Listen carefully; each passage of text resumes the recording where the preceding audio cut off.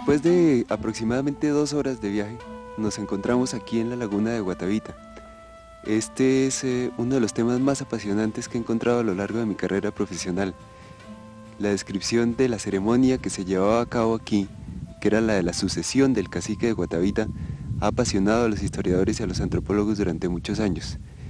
Es una de las ceremonias más hermosas que en los tiempos prehispánicos se celebraba.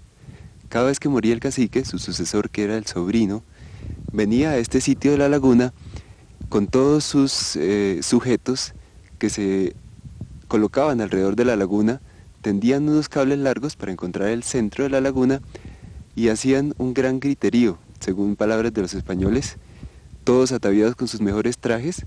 El cacique subía en ese momento a la balsa, ataviado también con sus mejores trajes, se cubría el cuerpo con polvo de oro y llevaba otra serie de ofrendas, y en el momento en que llegaba la balsa al centro de la laguna se hacía el silencio absoluto. Él entonces procedía a la ofrenda, depositaba allí en el centro de la laguna los objetos, se bañaba y luego retornaba hacia la orilla y nuevamente en medio del jolgorio, de la gritería de sus sujetos. Así culminaba entonces la ceremonia que lo ungía como sucesor del cacicazgo de Guatavita. Esta historia que nos cuenta Roberto es la que hemos oído casi siempre, pero cobra un mayor interés cuando cada persona, a través de tantos tiempos, siglos, cada uno le da una interpretación diferente. Roberto, ellos no contentos con la historia de los indios, ellos empiezan a romper y a tratar de desaguar la laguna. ¿Por qué no nos cuenta esa parte que es realmente interesante? Sí, claro. En 1562, el rey de España celebra una capitulación, lo que es una especie de contrato, con don Antonio de Sepúlveda, que es el primero que va a intentar desaguar esta laguna. Él hace un boquete y comienza a desaguar. No sabemos exactamente cuánto bajó el nivel de la laguna, pero suponemos que fue considerable. En las orillas se encuentra cerca de 12.000 pesos de oro, según narran las crónicas. Entusiasmado por esto, vuelve a intentarlo, pero no tiene éxito y posteriormente abandona la tarea y muere ya pobre y viejo. Roberto, en el gobierno ya de la República, cuando el general Santander vuelve a haber un gran interés por descubrir estos tesoros, ¿por qué no nos hablas un poco sobre esta parte que también es parte muy apasionante de la historia? En los primeros años de la República, siendo presidente el general Francisco de Paula Santander, 1820, se constituye una compañía en la cual figuraban muchos de los notables de la República en esa época, en cabeza de don Antonio Castillo, y se conforma la escritura pública que reposa en la Notaría Primera de Bogotá, pero desafortunadamente no se pasó a los hechos. Sin embargo, hubo posteriormente otros intentos, inclusive hace pocos años se hizo un nuevo desagüe y se exhibieron en Londres durante mucho tiempo algunas de las piezas que se sacaron, al parecer muy valiosas, pero de las cuales no existe copia en el país. Todo esto ha resultado en que el nivel de la laguna ha bajado aproximadamente unos 50 metros de lo que era originalmente. Lo que hay hoy realmente es un volumen mucho más bajo que lo que se encontraba en el tiempo de las ceremonias. Roberto, a través de 4 siglos, casi 5 siglos, esta historia ha sido verbal, ha sido de generación en generación desde los españoles. Cuéntame, ¿hay algo que realmente nos diga que fue cierto el Dorado, que fueron ciertas todas estas cosas indígenas? Bueno, esta es realmente una pregunta supremamente interesante, Darío, porque ningún español llegó a ver la ceremonia del Dorado tal y como se desarrollaba. Todo era simplemente lo que los indígenas les contaban que había pasado. Pero cuando se encuentra la balsa de Guatavita en Pasca, entonces ya se tiene una prueba mucho más contundente. La balsa es realmente un documento etnográfico que muestra al cacique con sus sujetos en la balsa tal y como la describieron los cronistas.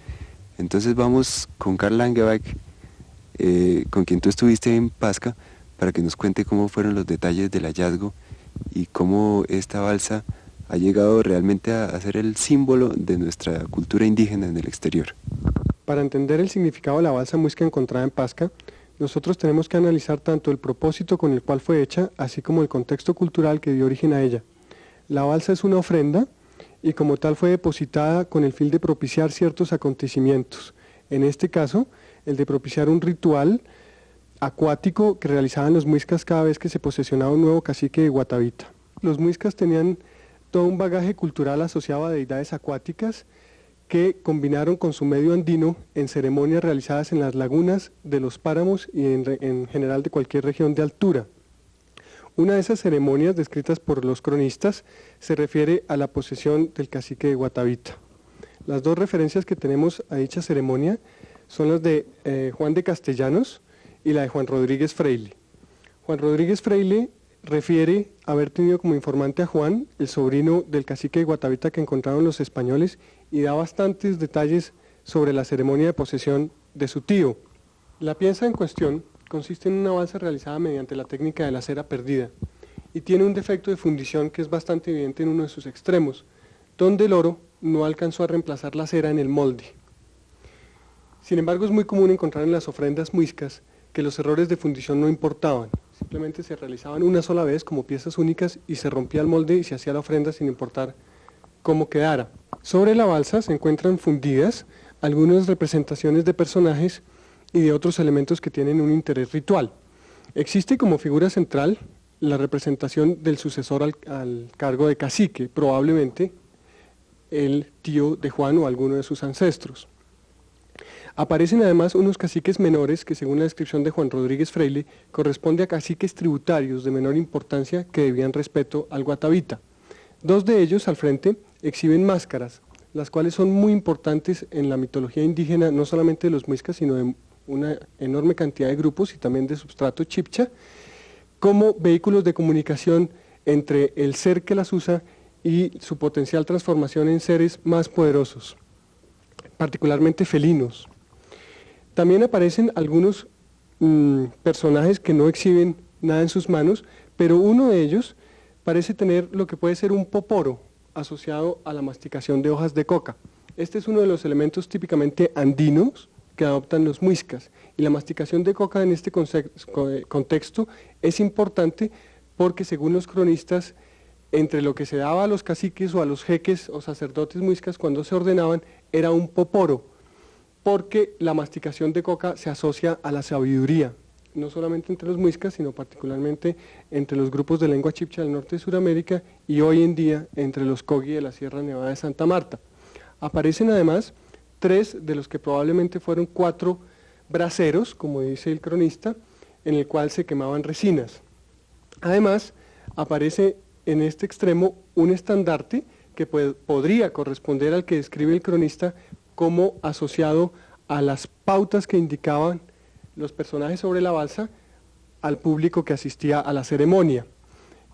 Obviamente esta interpretación no se puede considerar en términos rigurosos porque las otras balsas conocidas no traen exactamente los mismos elementos, así que hay unas diferencias significativas, pero en todo caso todas las balsas como esta ilustran un personaje central, probablemente el sucesor al cargo del cacique, y una serie de caciques menores participando en la ceremonia colectiva.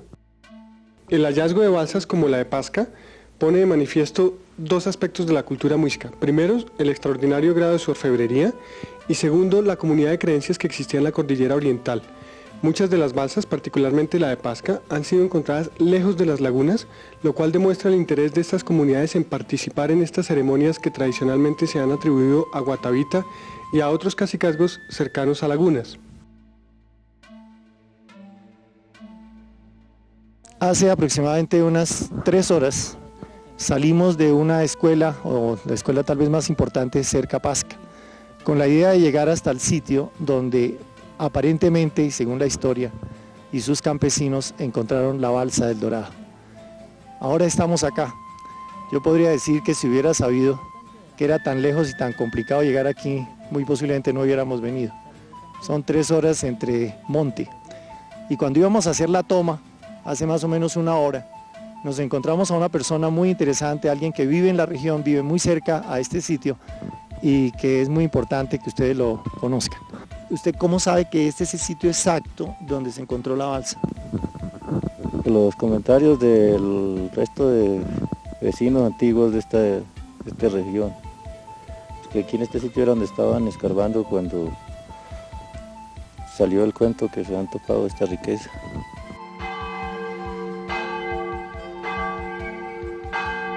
Padre, entendemos que usted fue la primera persona, después de que se encontró la balsa, que la tuvo en sus manos.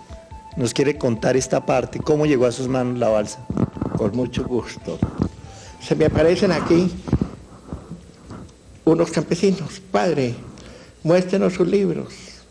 ¿Por qué? Porque tenemos un tesoro. Yo dije, ¿será otra cosa falsa? ¿Y cómo es eso? Yo no entendía. Me explicaban que una escalera y una cosa como un abanico, una estera. Cuando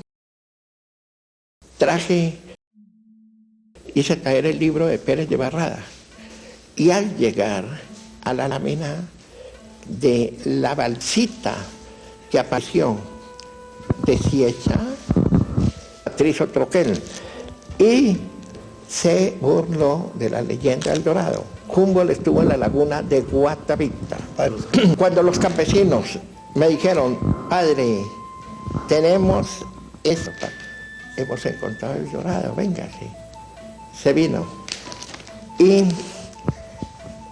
fuimos al campo, ya estábamos convenidos. Aquí ve la ruana blanca de Luis Barriga. Y está la balsita, está el palanquín y la cerámica que está en el Museo del Oro, que la van a traer aquí, porque este museo, usted sabe, va a ser declarado el Museo Chipta de Colombia. Padre, cuéntenos una cosa, ¿usted compró esa balsa? No, jamás. Yo cuando la vi, padre, ¿qué hacemos? Dije, este es un patrimonio cultural de Colombia.